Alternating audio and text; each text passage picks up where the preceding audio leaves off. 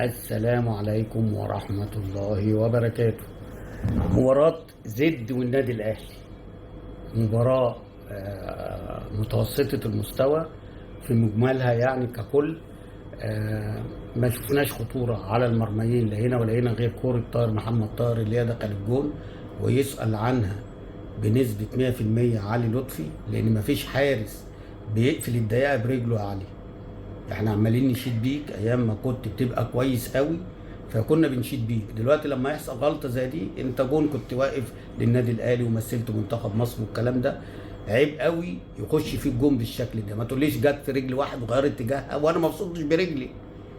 الف في كوره لازم افرد جسمي وانام عشان لو كده اقدر اصدها، انما بالشكل بتاعك ده كده انت تتحمل الهدف. ده طبيعه النادي الاهلي، ان اول ما بينزل بيبقى بيحاول يجيب جون في اول ربع ساعه، اول تلت ساعه، زي ما حصل الماتش اللي فات بتاع سيراميكا، ان في اول دقيقتين ثلاثه احرز الهدف. النهارده في اول برضو 7 8 دقائق احرز الهدف، وبعد كده مفيش اي تواجد. عايز اسال كولر، اللي العلامه العبقري اللي جماهير الاهلي بتقول عليه علامه وعبقري. انا عارف هم بيقولوا كده عشان بيكسبوا، يعني هم بيكسبوا فبيقولوا الكلام ده، وبيطلعوا يقول لك ايه انت متغاظ منه ليه؟ طيب واحد زي رامي ربيعه لما اتصاب، انت جايب واحد بعمله صعبه اسمه يوسف ايمن، ما لعبتوش ليه؟ انت بتلاعب واحد اسمه كوكا من نص الملعب بترجعه يلعب، وانت بتلاعب عليه واحد اسمه خالد عبد الفتاح اصلا بكراي. طب يبقى كده في كلام ان الراجل الصفقات اللي بيجيبها النادي الاهلي مش الراجل. لان قبل الموسم لما قال لك يوسف ايمن واشرف داري، قال لك ده بعد اقتناع كولر بيهم، وقال لك انا عايزهم الاثنين. يبقى ده كده اونطه وكله ضحك على الدقون، والراجل بيتفرض عليه صفقات وغصب عنه بيجيبوا الصفقات. ده مفيش راي فني. فالنهارده الف في كوره رامي ربيعه اتصاب، انزل يوسف ايمن. نشوف يا عمي، لو ما كانش مشوف يناير واخلص واقلب. انتوا ماسكين سامسون وماسكين نادي الزمالك هاريينه عشان سامسون، المواقع بتاعتكم واللجان شغاله سامسون سامسون سامسون. طب وانت اما كان عندك مودست وبيبقى واقف على خط الجون وبيضيع، ما بنسمعش الكلام لان اللجان ما بتشتغلش. اللجان ما بتشتغلش. فانا مش عارف. الشوط الاولاني انتهى 1-0 للنادي الاهلي، ولا في هجمه هنا ولا هجمه هنا، هو كل اللعب في نص الملعب، محصور في نص الملعب. طيب انت بقى يا عم كولر شايف نص الملعب خرابه، مفيش فيه الايجابيه. هو انت ما بتنزلش قفشه الا لما تتزنق، الا لما تبقى تتعادل، تكون متعادل او خسران او جاي دافع بقفشه. طب في واحد بيهجص بقاله 60 دقيقه ولا اكتر من 60 دقيقه، وعلى فكره هرب النهارده. هرب لما عرف ان هو يتغير، عمل نفسه ان هو مصاب وقام جاي خارج وقعد على الدكه عادي، ولا في تلج، شفنا تلج ولا شفنا حد اداله حاجه، ولا في اسعافات اوليه ولا حد ما يعرفش ايه، واخد بالك؟ ورغم كده بيلعب غصب عنكم، بيلعب غصب عنكم. فانا مش عارف بصراحه، يعني قفشه ده هتلعبوه امتى؟ قفشه ده اللي هو سبب من اسباب الدوري السنه اللي فاتت. فاكرين ماتش بيراميدز اللي كان النادي الاهلي كسب فيه 3-2؟ مين اللي فك لك العقده؟ فاكرين سيراميكا في الماتش اللي هو كسب 2-1 فيه، اللي هو في الدور الاولاني؟ مين اللي فك لك العقده؟ فاكرين ماتش الاهلي والزمالك في كاس مصر؟ مين اللي فك لك العقده؟ هو انا افك العقد وانت تيجي تعمل عليها مدرب بعد كده؟ يعني انا افك لك وابقى مكسبك وبرضه انت دماغك دي فيها تراب، دماغك دي فيها رمل، ما فيهاش حاجه اسمها عدل بنص جنيه، ب5 جنيه عدل يا راجل. راجل بينزل يكسبني، اسيبه النهارده بره الفرقه وهو افضل لاعب واحسن لاعب موجود في فرقه النادي ده. على فكره نص ما بيعرفوش يباصوا، اكرم توفيق ومروان عطيه ومعاهم احمد نبيل كوكا. هتقول لي لا احمد بيباصي ايه؟ ده بواحده صح وثلاثه غلط، واحده صح وثلاثه، وبطيء وبيقعد يلف ويدي ظهره للراجل عشان يخدم على، مفيش جديد. انما الوحيد اللي بينقلك هو قفشه، وما اعرفش انت ايه السر انك مستقصده ليه، مش عارف. انا مش عارف. طيب الشوط الثاني كله همبكه من هنا وهمبكه من هنا، ومفيش فرصه ضايعه من هنا ومفيش فرصه ضايعه هنا، الى ان خلي بالك في نقطه النهارده، اتنين لعيبه ياخدوا انذارات من النادي الاهلي. واحده مروان عطيه لما دخل على حمدي علاء دخل فارق رجله، والفار طبعا من ساعه لما النادي الاهلي عمل الحمله وبعت بيانات وبعت جوابات والدنيا مركهربه والدنيا خايفه فما اداش انذار. وفي واحده تانية يحيى عطيه الله اللي مسك مصطفى ميسي وقام جاي هبده في الارض، برغم كده لا ده انذار ولا ده انذار، انما قام جاي مدي مجدي عبد العاطي انذار وطرد. يا حلاوتك يا جمالك يا كابتن محمود يا ناجي يا عالمي، ما رحتش ليه للفار؟ ما قلتش ليه للفار؟ في ايه؟ الفار ما بعتكش ليه؟ هنا بقى النادي الاهلي استغل الموضوع بتاع ماتش الزمالك، اللي ماتش الزمالك مظلوم في ضربتين جزاء، مش الثلاثه، لا ضربتين جزاء، واخد بالك؟ وعملتوا الهجمه دي عشان يمرر لكم النهارده، وراهنك ان مفيش اعلامي هيطلع يقول لك ان حمدي علاء كان المفروض مروان عطيه ياخد انذار، ولا يحيى عطيه الله مع مصطفى ميسي كان ياخد انذار، ولا ضربه الجزاء اللي هي الفار ما قالوش تعالى عشان في الراجل اللي اسمه كوكا خد رجل المهاجم، ودي اتحسبت في ماتش من سنتين قدام المقصه والاهلي كان متعادل ولا مش عارف خسران، ومحمد محمود حط دماغه، هو اللي حاطط دماغه يعني فاول عليه، واتحسبت ضربه جزاء للنادي الاهلي وتعادل وكسب بيها. انا فاكر ان هو كسب بضربه الجزاء دي، واخد بالك؟ كانت النتيجه كانت تعادل 1-1، ودي كانت ضربه الجزاء اللي فصلت الثلاثه بونت خلاص، وكانت فاول على محمد محمود. ولكن الهيصه والزنبليطه اللي اتعملت اليومين اللي فاتوا النهارده خلت محمود ناجي عامل زي البطه السوداني. عارفين يعني ايه البطه السوداني؟ انا خايف ادي انذار لحسن ممكن ما العبش تاني طول الدوري.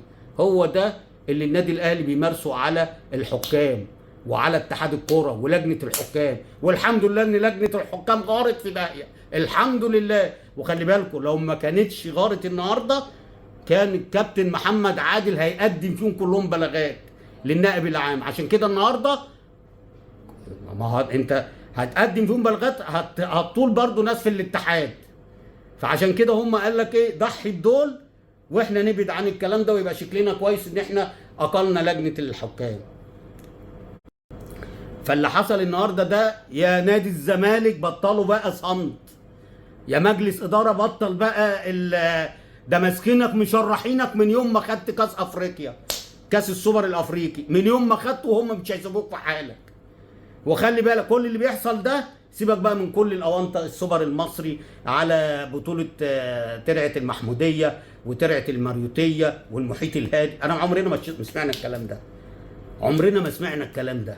فبس هم عايزين يلهوا جماهيرهم ويقولوا لهم خلي بالكم احنا خدنا بطوله نص الدنيا. ليه؟ عشان الزمالك بقى سيد اسياد افريقيا، ومش هينزل عن اللقب ده غير السنه اللي جايه لما مباراه السوبر بين بطل افريقيا دوري الابطال وبطل كونفدراليه ويكسب السوبر، يبقى هو ده هيبقى السنه اللي جايه سيد اسياد افريقيا. فاللقب ده مولع الدنيا الناحيه الثانيه، مخليهم مش عارفين، عمالين يقول لك النادي الاهلي اكبر قلعه رياضيه في مصر والشرق الاوسط. النادي الاهلي خد بطوله الافرو اسيوي والمحيط الهادي. ايه دخل المحيط الهادي؟ ايه دخل المحيط الهادي؟ هو احنا يعني هنلعب سباحه ولا ايه؟ هنعدي المانش؟ ده كوره يا ابني، ده في يعني بطوله انت عديت دور، كسبت العين على عيننا وعلى راسنا، عديت دور ولسه في ماتش تاني تعديه ان شاء الله، تقابل بقى ريال مدريد. ورينا بقى الاحترافيه. هو ده اللي ينسي جماهير الاهلي لو انت خدت الكونتيننتال، بطوله الكونتيننتال، ده اللي ينسي جمهور النادي الاهلي من سيد اسياد افريقيا. يبقى انت فعلا انت كده كسبت كل حاجه، واهم حاجه كان ريال مدريد. النهارده في ضربه جزاء يا جدعان، مفيش يا كابتن ياسر عروف. اولا انا ببارك لك وبقول لك طبعا مبروك ان انت هتمسك رئيس لجنه الحكام، بس انت مش هتنفع مع الناس دي لانك انت راجل نضيف. الحته دي عايزه الناس اللي هي شمال، وانت مش شمال، هتتعب وهيمشوك. وانا بقول لك اهو لانك انا عارف ان انت مش هتحب الكلام ده. انا عارف ان الحاجات اللي بتحصل النهارده وهتحصل الفتره اللي جايه، انا عارف ان هي مش هتبقى على هواك، لانك انت راجل نضيف ونقي وشريف وعفيف. انا عارف الكلام ده لان انا اتعاملت معاك وعارف دماغك فيها ايه وتربيتك عامله ازاي. انت راجل حقاني، الكلام ده مش هيمشي معاك. فربنا يا رب يوفقك. وانا لو منك اقدم اعتذار، لان هيحاربوك بكل الطرق لو انت النهارده مثلا خدت قرار مع الحكم اللي اسمه محمود ناجي ده. هو طبعا محمود ناجي انا بقول لك الفاولين دولت قدامه كان لازم يصفر ويدي انذار، واخد بالك؟ الكرة بتاعت ضربة الجزاء دي الفار، اين الفار؟ اين الفار يا كفار؟ اين الفار؟ ما احنا عايزين عدل بقى على كل الفرق، عايزين عدل بما يرضي الله لكل الفرق عشان يبقى الدوري بادئ كويس. انما الحمله اللي اتعملت الكام يوم اللي فاتوا دولت على التحكيم وخصوصا على مباراه نادي الزمالك، هقول لكم من الاخر واريح دماغي عشان ايه ما نوجعش قلبنا. من يوم ما الزمالك خد السوبر والناس التانيه مش طايقه نفسيها، فعايزين بقى لا تقول لقب اكبر قلعه رياضيه ولا تقول سيد اسياد افريقيا ولا. طب احنا مالنا؟ ما انت اللي خسرت. انت كل حاجه كانت مهيئه ليك، انت رايح هتكسب، حتى ضربه الجزاء ما فيهاش حاجه واتحسبت لك، وما فيهاش حاجه واتحسبت لك. ده ترتيب ربنا، مش ترتيب لا حسين لبيب ولا جوزيه ولا اللعيبه، وربنا ده ترتيب ربنا. وبعدين في حاجه كمان، يعني انا البطوله بنص مليون دولار عشان ان اللعيبه اعترضت وخرجت دقيقتين اتخصم منها 300,000 دولار.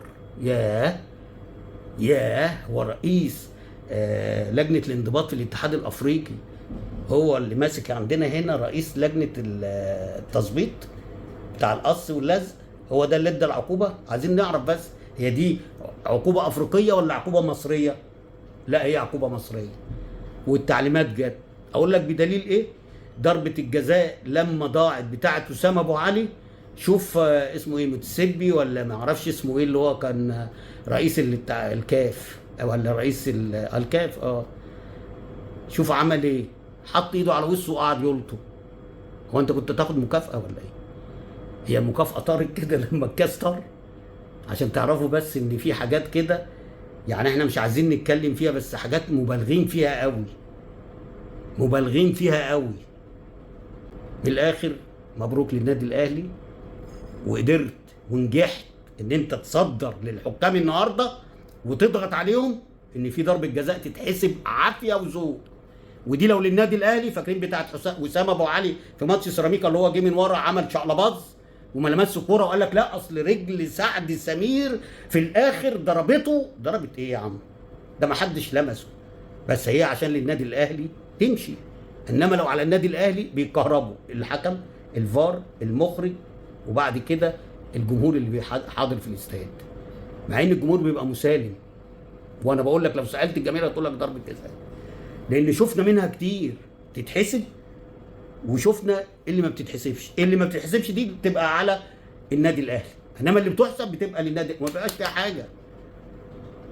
عايزين نغير السياسه دي كابتن ياسر، يعني لو ربنا يديك طول العمر وتغير لنا بقى. عايزين نعرف بقى ان في حق بجد، في كوره بجد، ادي لكل واحد حقه. والله العظيم هنتفرج على كوره.